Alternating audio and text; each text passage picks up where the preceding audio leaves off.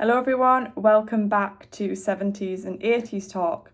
So if anyone watched my last review, you will know, and also from the title of this video, the review I will be doing today is a Meatloaf song.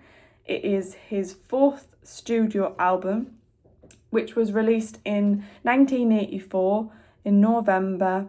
It reached number 8 in the UK charts and 74 in the US Billboard 200. And that album is Bad Attitude.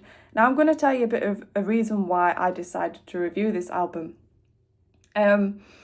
So me and my dad were listening to Meatloaf and we were listening to Material Girl, and I thought, oh, that might be I wonder what else is on that from that album. And then I came across this album and I listened to like a few little bits here and there, and I thought, this sounds quite good. This sounds more rocky than sort of theatrical. And I told my dad about it and we put it on the car, and he knew, like, he knows more than me about Meatloaf, and he knew the songs on there.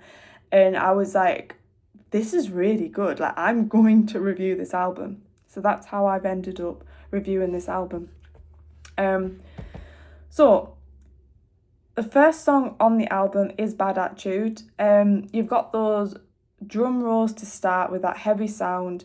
I really love Meat's vocals in this. There's such attitude, which obviously is great because the song is called Bad Attitude. The album is called Bad Attitude. The bass guitar, I really love that in there. We get that building sound, and it just flows really well.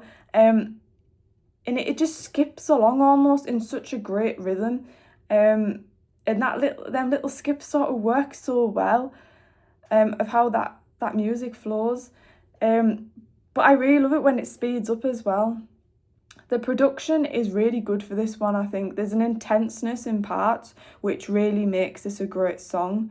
You've got Roger Daltrey that's on here as well.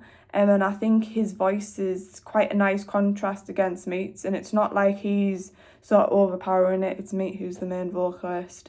Because I found in previous reviews I've done about Meatloaf songs where you've got the female vocalists, they are overpowering Meatloaf and it's too much. When Meat's the star of the show, he should not be being overpowered. He shouldn't be sang over or sang. He should have more sort of player time than someone else, I think. Unless Cher, because I do like Cher. The guitar solo works really well in this song as well.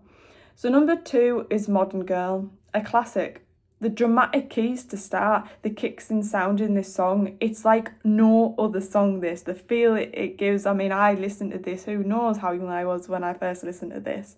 The grit in Meat's vocals, the back end vocals are spot on. I think they've just got that just right. Meat's voice intensifies, then we get that guitar to continue where he leaves off. And it creates this rise of like a mountain in sound almost. You imagine a mountain range going like that. That's what is being created vocally and sound wise. And then we drift back down softly with Meat's vocals and those keys with the rumbles of drums in there. And there's something futuristic about this song, something magical about it. And considering the lyrics, Modern Girl, it fits so well and it's so clever when you think about it. And you don't think about these things really until you really think about it or you're reviewing it like I am. And I remember feeling that this song is something special, even from a young age. I remember that. And the song ends slowly, and it goes out like it's a good ending, I think. So number 3 is Nowhere Fast. Very 80s sounding. And then with that guitar in there, I really like this song. It's got a good beat to it. But what a unique voice Meat has. Like, incredible. Those bangs of sound work really well. It creates an intenseness where you feel like something is going to change. And then Meat's high-pitched vocals work really well. That chorus what an energy it has. You just want to get up and dance to it, I think. The way he sings Hell, and then that guitar comes swooping in again, just very well timed and very cleverly done. And then you get those bangs afterwards. And then put them little bits of bass guitar just dotted in there. It all adds up, it all creates that picture, which is sound. Number 4 is Surf's Up. So the first thing I recognised when I listened to this song was the keys at the beginning is either the same or very, very similar to another Meatloaf song, which is Objects in the Rear View Mirror may appear closer than they are. Crikey, why did he make it that long? But what a ballad Surf's Up is. It's so powerful. Then there's this stunning bit of guitar which just goes with the song really well. And it's just so powerful. That is the word I would use to describe this song.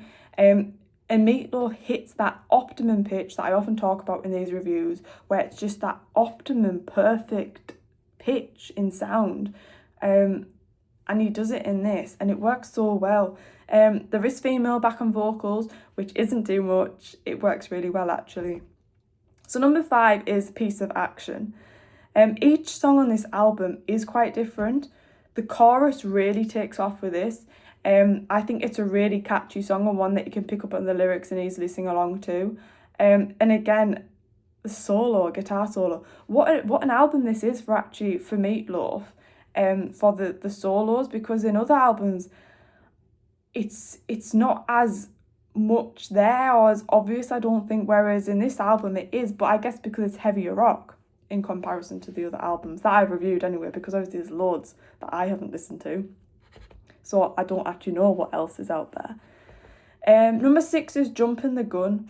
It's a real swinging rock and roll song straight away. The female vocals work well as well in this one, I think. There's definitely some interesting sounds in that one. So number 7 is Cheating in Your Dreams. There's definitely some emotions in this one. I mean, if you listen to the lyrics and what it's about, definitely. But then it unexpectedly changes sound-wise, where it's not as emotional. It's a good song, it is. Number 8 is Don't Leave Your Mark on Me. I really like the title of that song. And I really love the song as well. The pace of it's really good. The overlaying of vocals works really well as well. It's not too much. It's not like a headache sort of thing where you think, oh, they've overdone that. No, it works really well. And then you get that guitar which zooms in. I often use the same adjectives to describe guitars, which is really mint. I think that bit of guitar that they've got in there. And the last song on the album, which is number 9, is Sailor to Siren. And I've listened to this more since doing this review. And my thoughts have changed, actually. So originally I was like, this is quite a peculiar song. So I was a bit like, whereas now I think it's a piece of art. I do, I think it's brilliant. The drums really hit in this song. The backing vocals, I was a bit, I didn't know how he liked them. Maybe still a bit unsure. But they do work. I think they're just a bit strange sort of thing, and I just need to get used to them a bit more. The song really flows really well. It's a stunning guitar solo again, and it really kicks as a song, I think. So overall, what an album. I think this is probably my favourite one I've listened to and reviewed for Meatloaf, to be honest. And I think it's because it's less theatrical, it's more intense, there's more power there, and it's more heavier if you're looking at it as an overall album. It's more up my street, basically. So I think if I was wanting to find more albums of Meatloaf that I quite like and like all the songs, it would be more looking for more of a heavier album in comparison to a theatrical one. I mean, because I haven't really listened to, I know a fair few Meatloaf songs, but I feel like if you look at his whole catalogue, all them albums, I actually don't know that much, so I can't really say how his sound has changed throughout time and all those albums. I can't really say that point because I don't know actually. I just know what I know. So it'd be interesting if I can increase my knowledge on that and get to know how that has changed through time. So that is the review. I don't know what I'll be reviewing next, I'll be honest. I'm not sure. I mean, maybe another Whitesnake album. I haven't listened to Whitesnake properly in a while, and I feel like I maybe need to do that.